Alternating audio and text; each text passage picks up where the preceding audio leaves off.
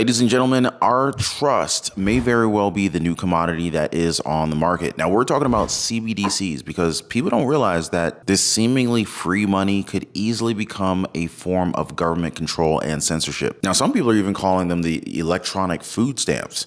That's all they are. Having all of that fiat tied to our sketchy electrical grid, it's definitely a questionable part of this whole deal, if you ask me. Not to mention, it seems like, a forced CBDC would be unconstitutional, especially in the way that it could easily transform into the government steering the American people in what they can and what they can't buy. Here, take a look at this. Physical money has been called one of the last bastions of privacy. Laws like the Bank Secrecy Act have already stripped away most of the privacy from bank accounts and financial transactions. Banks have really a ton of power that people don't realize to shut down accounts, to freeze accounts, and to end up holding them for really any number of reasons. Currency expert James Rickards says a digital currency would move America closer to a totalitarian state. If I buy anything, the government doesn't know it. MasterCard kind of knows it, but even MasterCard uses product codes. So they don't say, Jim bought a Snickers. It says Jim bought miscellaneous merchandise at a retail place. So the government doesn't know what you're doing. But with this new central bank digital currency, they will, because they maintain the ledger. So if I buy, Ron DeSantis' new book, or I go to a Donald Trump rally, or whatever it may be, the government, using artificial intelligence and having that information, which they would, are able to profile you. They say, well, this guy kind of looks like a conservative and maybe he's MAGA. And then you've got a target on your back. So they talked about it in the World Economic Forum recently, and they said that this is the dark place that CBDCs could take us to if we're not careful. Basically put, they could easily put an expiration date on your money. And at the WEF, they also talked about physical currency on the verge of disappearing, making way for programmable CBDCs. You see, they say that one of the major advantages of digitizing money is the ability to program CBDC units and actually set expiry dates. But hold on a second, guys, because this opens up a whole new can of worms. Governments could start using central bank money to socially engineer society. Yeah, you heard me right, guys. So they could even decide what you can and what you can't buy. Just imagine a world where the government says, oh, sure, you can use your CBDCs to purchase groceries or pay for bills, but sorry, no ammunition, no drugs, no pornography for you. It's a powerful tool, but it's also extremely dangerous when it comes to the independence of central banks. Now, you got the Bank of Canada, also known as the BOC. They took a deep dive into this concept and actually published a paper titled Best Before: Expiring Central Bank Digital Currency and Loss Recovery. And they did this back in 2021. Now, according to the Bank of Canada, the BOC, integrating expiry dates could automate personal loss recovery. So picture this, guys. Once the expiry date hits, the digital cash becomes unusable. Basically, it expires worthless. But here's the cool part. Consumers, they don't have to go through the hassle of filing a claim. The funds automatically find their way back into their online accounts. It's a convenient way to handle expired digital cash. However, the length of the expiry date is very crucial. If it's too short, it becomes inconvenient. Now, on the other hand, if it's too long, then the reimbursement process for lost digital cash, it slows down. Now, China has also been exploring expiry dates for its digital currency, the digital yuan. Now, the idea is that, if you don't spend it within a specific time frame, tough luck. It's no longer usable. It's a way to incentivize spending and keep the economy moving and thriving. Now, in another light, you could also see it as them discouraging people from saving and investing their hard-earned money. So yeah, different sides to it that mainstream media really is not covering. The talk about increasing the velocity of money and the overall economic activity, they're not talking about that stuff. But really, in a way, it's kind of like applying a negative interest rate to digital cash. By introducing a carry fee on money, people will be encouraged or even forced to spend it rather than save it. And supposedly this real-time feedback makes it a powerful instrument in the hands of policymakers. But isn't this just another form of government surveillance and control? Let me know what you guys think about that one though. Now, while more than 100 companies are exploring CBDCs, there seems to be this growing skepticism around them.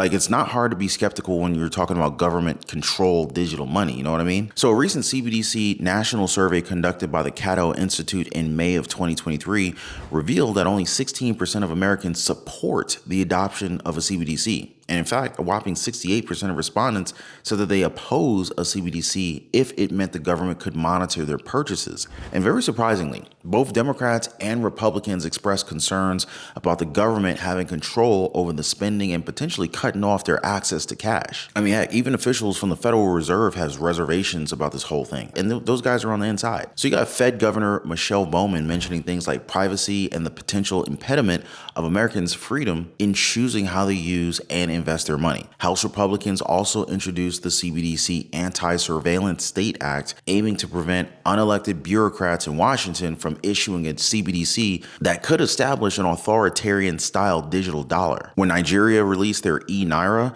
less than 0.5% of the citizens used the CBDC, even if they gave discounts for taxi cab payments. Now, the International Monetary Fund, the IMF, they labeled the lack of public adoption as disappointingly low. China, on the other hand, they've been making efforts to boost the adoption of the digital yuan. So they've encouraged local governments to incorporate the CBDC into daily life, such as using it for public transportation or paying civil servants. Some cities have even resorted to distributing free money in the form of consumption coupons and subsidies. So this definitely says something about CBDCs that the Chinese government is actively pushing for its use. But really, guys, let's talk about the risks of CBDCs and all the reasons why CBDCs should not be adopted. So picture this, right? So, a CBDC, it could be a liability for the Federal Reserve, just like paper dollars. However, it wouldn't provide the same privacy protections or finality that cash offers. It would be a direct digital liability, basically something more like a digital tether between citizens and the central bank. And it's totally something else from the digital dollar that we're using today. You see, a CBDC, it doesn't bring any unique benefits to Americans when compared to existing technologies. But what it does pose is serious risks. One of the biggest worries is the erosion of the financial privacy protections. You see, like with a CBDC, the central bank, they would have absolute control over the rules and the regulations that dictate its usage. And they would also have the technology to enforce these rules. So just imagine the government having full access to your financial transactions, leaving no stone unturned. It could potentially be the most significant blow to financial privacy since the establishment of the Bank Secrecy Act. And let's not forget about the threat a CBDC poses to freedom. The more data that the government has in its hands, the more opportunities it has to control your life and your financial activity. Do you really want this? I mean, what kind of financial control are we talking about here, right? Well, first up, we have the freezing or seizing of assets. Governments have long known that locking somebody out of society, I mean, you guys have seen what happened with Andrew Tate, right? It's pretty much as easy as freezing their financial resources. But with a CBDC, the process becomes even quicker and even more convenient for governments to just turn the plug on you. You see, it's a direct line between citizens and the government itself, meaning it's a pretty significant shift of power as well. We're basically just giving them the keys of the kingdom if we do this, right? Plus, let's talk about the negative interest rates effect. We're used to thinking of interest rates in positive terms, right? You put your money in the stock market, maybe the bank, you earn a little bit of interest. That's a positive interest rate. But a CBDC could actually change the game. It could allow policymakers to set negative interest rates, meaning that people will actually lose money just by holding on to it. The idea behind this is to spur spending. I mean, just think about the impact that it could have on your cash flow and your credit card bills. You know what I'm saying? Oh, and don't forget, you hear about the programmable spending aspect of CBDCs, right?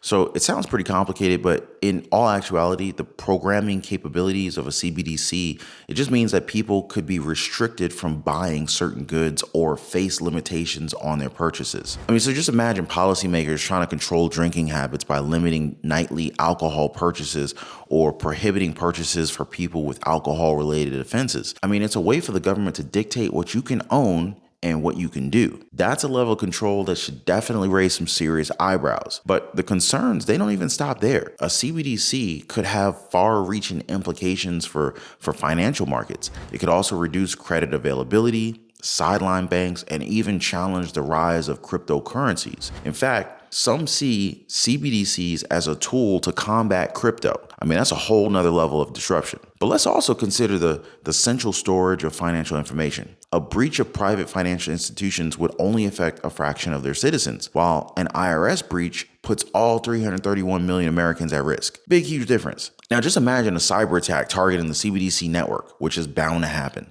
since all transactions go through a central authority, and if the authority itself is compromised, then the entire network would be disabled. You wouldn't be able to buy food, you wouldn't be able to buy groceries, you can't buy gas for your cars, pay your mortgage payments, everything would be shut down. In a nutshell, CBDCs don't offer the touted benefits. Instead, they threaten financial privacy, they undermine financial freedom, and they pose risks to the banking and cryptocurrency industries. And so this is why policy analysts, industry representatives, and even some government officials are pushing back against CBDCs. They see the writing on the wall, folks, and we should too. It's a matter of protecting the American economy and safeguarding our own fundamental principles. And think, CBDCs could just be the beginning of it all. I mean, it's kind of like a very slippery slope, so to speak. Once a door to surveillance is opened, it is virtually impossible to close it. And think about it. Are we really going to trust central banks, like the Fed, like the government, just to pull this off without a hitch? Some people are already saying that central banks are already too powerful as it is, and they're to blame for inflation. So let's take a trip back in time to 50 years ago when a war in the Middle East caused a global oil embargo and sent energy prices soaring. The conflict erupted between Israel and an Arab coalition led by Egypt and Syria, precisely on the Jewish holiday of Yom Kippur, October 6, 1973. And just 11 days later, the Organization of Petroleum Exporting Countries, OPEC, led by Saudi Arabia, announced an oil embargo, which was followed by a significant spike in oil prices by the end of December 1973. Now, a lot of history books, they attributed the global inflation and recession of the 1970s solely to this so-called oil shock. But let me tell you guys, that narrative is a little bit misleading and it needs to be looked at a lot closer, especially as we're pretty much in the similar global condition today. Truth is, inflation was already on the rise worldwide before the war, which, mind you, it lasted less than 3 weeks. The Federal Republic of Germany, Europe's largest economy and the biggest energy consumer, experienced the highest inflation rates of a decade throughout 1973. And guess what, guys? This was happening even before any hint of an oil price increase or the outbreak of the conflict. So what was really driving inflation back then?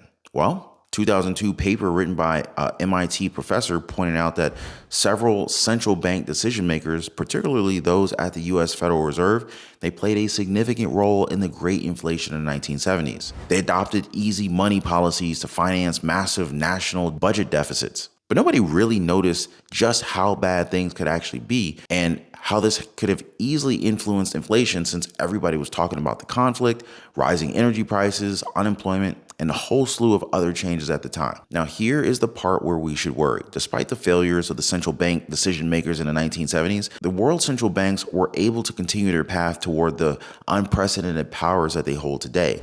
In fact, the painful experiences of the 1970s and the financial crises that followed, they're being used as arguments in favor of an even greater independence and reducing oversight of central banks' activities worldwide. This is a trap, folks. By the way, if you guys have made it this far in this video, do me a favor, drop a quick like for the video. Also consider subscribing to the channel. I totally appreciate that. But guys, all I'm saying here is that, it's essential to reevaluate the historical narrative and to understand the great inflation of the 1970s, that it wasn't solely caused by this oil shock. Central bank policies and their pursuit of financing national debts played a significant role. You guys have heard of the Rockefellers and the Rothschilds. I think that those are facts that the Fed, the government, and mainstream media all too often just kind of glaze over whenever they talk about how to steer policy for the American people. Just take a look at where we are right now. Record-setting inflation and record-beating interest rates. You know what I mean? Maybe a little bit of accountability oversight in the world of central banking wouldn't be a bad idea. I'm just saying, folks.